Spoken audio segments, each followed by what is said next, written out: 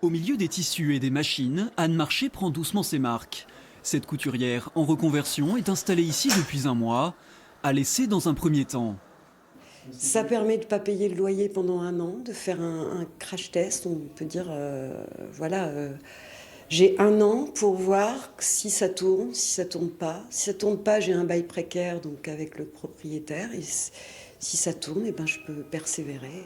Ramener de nouveaux commerces et de l'activité en centre-bourg, pour le moment, les Lusicois sont conquis.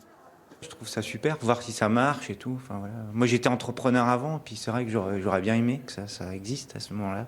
C'est nécessaire, parce qu'on est en perdition un petit peu de tout ça et ça manque parce que les gens changent un petit peu de mentalité. Les gens passent devant et voient qu'il y a une animation, donc c'est plutôt pas mal.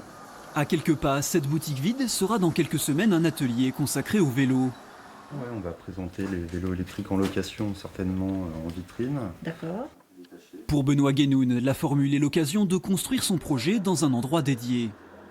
J'ai animé un atelier jusqu'à maintenant 2 heures par semaine pour lequel je rapportais mon matériel.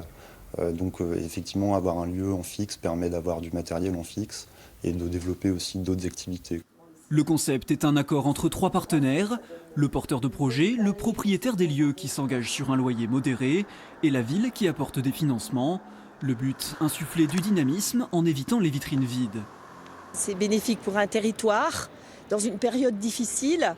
Il faut montrer qu'on ne baisse pas les bras, au contraire, qu'on invente des choses. Il y a des clés, c'est nous qui les avons. 3 projets de boutiques à laisser sont déjà lancés à Lusy et une 4e pourrait voir le jour sans tarder, avec pour objectif que toutes s'implantent à long terme dans l'année à venir.